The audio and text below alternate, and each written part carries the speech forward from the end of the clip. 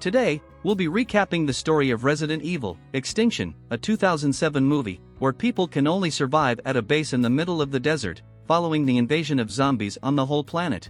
At the start of the film, Alice wakes up in a bathroom within a mansion, feeling bewildered about her location and how she ended up there.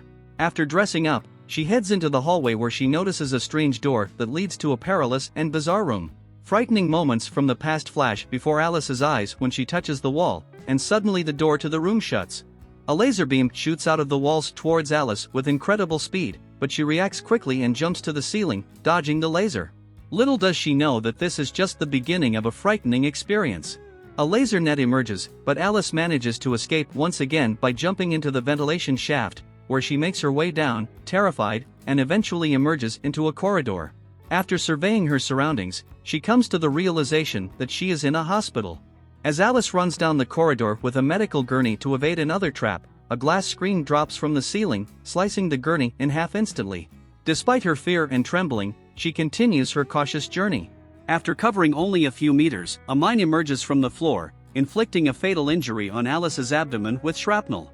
She gazes hopelessly at her blood-covered hands and collapses. Men wearing protective suits approach her body, with Dr. Isaacs among them. He directs the others to extract samples of the girl's blood and dispose of her. The scene opens with a view of a regular house in an abandoned region, but abruptly shifts to men in protective suits carrying Alice's lifeless body out of an underground laboratory and disposing of it in a trench with other unsuccessful clones. The fate of the original Alice remains unclear. The iron bars enclose the area surrounding the entrance to the secret lab, with a barren desert stretching out as far as the eye can see.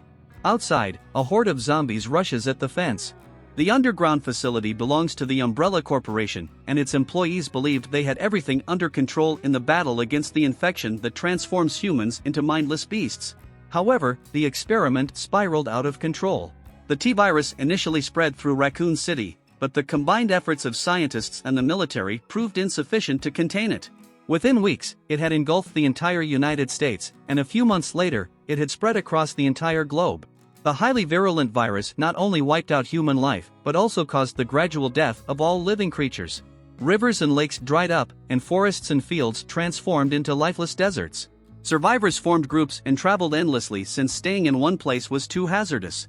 Like other survivors, the original Alice roams America, searching for food and fuel. She comes upon an abandoned structure and enters. The girl proceeds with extreme caution, knowing that danger lurks around every corner. In one of the rooms, Alice encounters a woman with a baby who is still alive. She approaches them with her gun drawn. The weeping woman implores Alice to save her baby. Alice holsters her gun and picks up the baby, but upon closer inspection, realizes that it's just a doll. Suddenly, she is held at gunpoint by a family of marauders. One of the men tries to assault Alice, but she takes him out with a forceful blow to the leg. The rest of the family subdues her, and Alice loses consciousness. When she comes to, she finds herself in a room filled with cages containing infected dogs. They are highly aggressive and prepared to attack Alice at any moment. The marauders decide to release the zombie dogs to entertain themselves by watching them tear apart the defenseless girl. However, they are unaware of the unexpected outcome of their cruel plan. With her exceptional skills, Alice defeats both the dogs and the marauders, using her quick reflexes and agility to emerge unscathed. She retrieves her remaining weapons and continues on her journey. Meanwhile, a group of survivors travels across the vast desert in cars and buses, consisting of several dozen people such as Claire, Carlos, LJ, Betty, and Otto. They communicate via radio from their respective vehicles and work together to address any pressing issues. More and more zombies keep appearing on the highway. The Umbrella Corporation's science department, led by Dr. Isaacs, reports to Chairman Weskier on the level of biological danger in their area. Isaacs says that these monsters can survive without food, but they have a strong desire for human flesh that could last for years. Weskier instructs Isaacs to report on the Alice project. The doctor claims that the antibodies in Alice's red fluid will help him create a serum that can combat the effects of the T-virus in the human body. The serum that Dr. Isaacs is developing has the potential to partially restore cognitive function in zombies and suppress their craving for flesh. He intends to train these creatures as if they were animals, to be used as free labor. However, the corporation's management is skeptical of Isaacs' plan, given his past failed experiments. Isaacs insists that he requires the real Alice as his source material, but the corporation is currently limited to working with her clones, which makes the project's outcome uncertain. Despite this, Isaacs is instructed to continue his research and achieve positive results because Alice is the corporation's main project. The chairmen vanish after the meeting, revealing themselves as holograms. Alice, on the other hand, continues her journey and shoots a zombie with her crossbow as she approaches an abandoned gas station, only to find out that there is no fuel left. She carefully enters the deserted store and discovers a door, which she opens. Inside, she finds a decaying body surrounded by flies. Despite the foul odor, Alice picks up an open diary from the floor and leaves the store. While observing the zombie she just killed, she notices a large raven feeding on the infected flesh. The group of survivors, led by Claire Redfield, continues their journey and decides to stop at an empty motel. Mikey attempts to contact other survivors, but no one responds. Carlos and LJ enter the motel and cautiously search each room with their weapons at the ready. In one of the rooms, a zombie attacks LJ from the hallway, but he manages to kill it. However, shortly after, a female zombie bites him. Despite being bitten, LJ does not inform Carlos or the other survivors. Dr. Isaacs conducts new experiments in the underground lab. He injects one of the infected with a serum based on Alice's red clone fluid. The zombie exhibits cognitive abilities such as understanding how to use a telephone and camera, remembering information, and logical thinking. Suddenly, the zombie becomes uncontrollably aggressive and attacks the scientists, killing them. Dr. Isaacs hides behind a glass panel and watches silently as his colleagues are devoured. Meanwhile, in the desert, Otto distributes canned food to everyone in the group. The food supply is low, but the lack of fuel is even more concerning. Carlos sets up cameras and motion sensors around the survivors' campsite. Mikey confirms that the equipment is functioning correctly and that everything is secure. He tries to reach other survivors once more. Alice receives a signal from the group, but she ignores it. She discovers a diary and realizes that Alaska is devoid of infected individuals, making it a viable location to begin a new life. Dr. Isaacs initiates a new clone of Alice, which unexpectedly causes the original Alice's sleep to be disturbed by recollections of her escape from the Raccoon City laboratory. Objects mysteriously levitate around her as a clone of Alice awakens. The real Alice's eyes open at the same time, and everything in the air falls, including her motorbike. The White Queen, an AI computer system, appears in Isaac's lab and informs him that a spike of psionic activity has been detected by her instruments. Isaacs assumes that the signals could have come from Alice's clone, but the White Queen contradicts him, saying that the activity is detected outside the underground complex and its epicenter is in the desert area. Isaacs realizes that only the real Alice can have such power. Alice is wandering through the vast desert, while the group of survivors is relaxing in their cars. Suddenly, Kmart is awakened by a strange sound from outside the car and cautiously opens the door. The frightened girl notices an aggressive bird and alerts the others. The entire team becomes alert and soon realizes they are surrounded by a whole flock of infected ravens. Carlos and Claire order everyone to close their windows and stay in their cars, and the survivors freeze in terror. Suddenly, thousands of birds fly straight at the people, causing them to panic and quickly start their engines to flee. However, one of the cars gets bogged down in the sand. LJ and Betty are forced to run over to the bus, but they are not safe yet as hundreds of birds rush at the bus. The driver crashes the bus into a pole in the middle of the road in the chaos caused by the infected birds smashing the windows. With the birds closing in, Carlos and Claire realize they need to act fast to save everyone. They coordinate the transfer of people from the bus to one of the trucks, but not everyone makes it, including Betty, Otto, and several others. As the birds continue their attack, they attempt to fight them off using a flamethrower on one of the trucks, but it spirals out of control, putting Carlos and a rescued girl in danger. Carlos uses himself as a shield from the flames. Suddenly the jet of fire stops a meter away from them. The man looks up and sees Alice in front of him. Alice amplifies the flames many times over, and they already cover the entire sky over the desert. Alice saves the group from imminent death, but is exposed. The White Queen informs Dr. Isaacs that satellites have detected increased activity. They are almost certain that the signals are coming from Alice. Isaacs is amazed at how much her abilities have grown. Meanwhile, Alice's new clone is ready for testing, but she, too, quickly runs out and cannot match the original. After the battle with the birds, the real Alice regains consciousness. The remaining members of the group pay their respects to those who died. Carlos introduces Alice to Claire and acknowledges her as the one who brought the group together. The group leader expresses gratitude towards Alice for her assistance. Alice explains to Carlos that she had to conceal herself as she was being trailed. She infiltrated the Umbrella facility, hacked their computers, and downloaded the satellite's trajectory to evade its coverage area. Due to these events, Carlos and Alice were unable to communicate and are now delighted to be reunited. The satellite calculates Alice's location and Dr. Isaac's computer estimates with 62% certainty that it's her.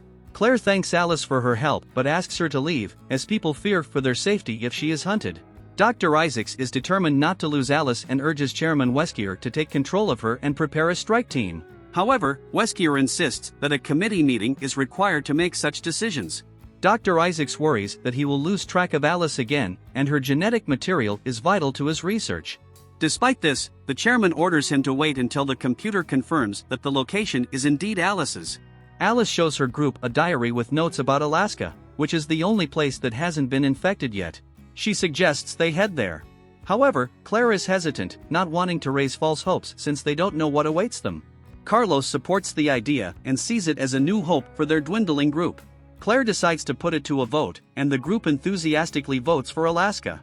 The group needs to plan where to get more food and gas before continuing their journey. Claire suggests going to Las Vegas, as small towns have been devoid of supplies for a long time.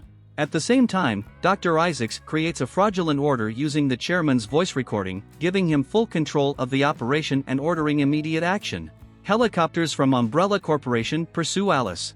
LJ is deteriorating from a zombie bite, but refuses to disclose the cause of his illness. The group has arrived in Vegas, finding it empty and deserted. While passing through, they encounter a large container blocking their path. The group exits their vehicles to move the container, and Alice approaches it carefully, sensing that someone may be inside. Suddenly, the container opens and dozens of zombies come rushing out, resulting in a gruesome battle. The group fights back with skill, shooting and slitting the throats of the zombies. It turns out that Dr. Isaacs has set a trap to capture Alice at any cost. He is in awe of her superpowers and orders his staff to use the satellite signal to disable her. Alice momentarily freezes in response to the signal, but her resistance is soon registered by the instruments. Meanwhile, the group continues their battle with the zombies, but some members do not survive. LJ becomes infected and aggressive, forcing Carlos to shoot him. However, LJ manages to bite Carlos before he dies. Alice overcomes the satellite's influence as the circuit board malfunctions, and she continues the fight. After destroying several more zombies, Alice heads straight for the corporation's employees. Alice defeats all the Umbrella employees who try to stop her, but Dr. Isaacs is bitten by a zombie. He manages to get into a helicopter and needs to be injected with an antivirus. The surviving scientists fly away. Alice decides they will not go to Alaska, but instead, they will capture the company helicopter and fly to safety. Dr. Isaacs injects himself with several doses of vaccine in the underground laboratory. However, the genetic material of Alice's clones has increased the creature's power, and no one knows what will happen to the doctor after the mutated zombies bite. The heads of the corporation decide to eliminate Isaacs. One of the committee members shoots the doctor, but he survives. The employees in the lab are suddenly destroyed by the doctor, who has developed long tentacles instead of an arm. The survivors observe the area beneath the lab, where the helicopter they need is located within a fenced-off area surrounded by thousands of zombies. Carlos realizes he is showing the first signs of infection. Alice promises to get the vaccine, but Carlos knows it's too late. He suggests blowing up the gas tanker in the midst of the zombie crowd to allow the others to sneak into the gated area. Though the group is saddened and despondent, they recognize that there is no other choice. Carlos says his goodbyes and takes the wheel for one last time. The fuel truck speeds forward at breakneck speed, knocking down anything in its path. Suddenly, the vehicle flips over, and Carlos lights a cigarette before igniting the explosive fuse. A few seconds later, a deafening explosion clears the way for Alice, Claire, and the other survivors. Everyone manages to get into the helicopter, but Alice declines to fly with them. She has unfinished business to attend to, and spots a trench with the bodies of her clones. Alice's rage subsides as she pulls out her machete and makes her way to the entrance of the lab. After carefully examining the corridors downstairs, she enters the trashed laboratory. Suddenly, she encounters the White Queen, who informs her that Dr. Isaacs has been infected.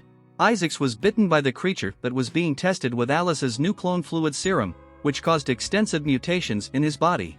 Alice realizes that her red fluid is the cure, and that the lab has everything necessary to create an antidote and put an end to the zombie apocalypse.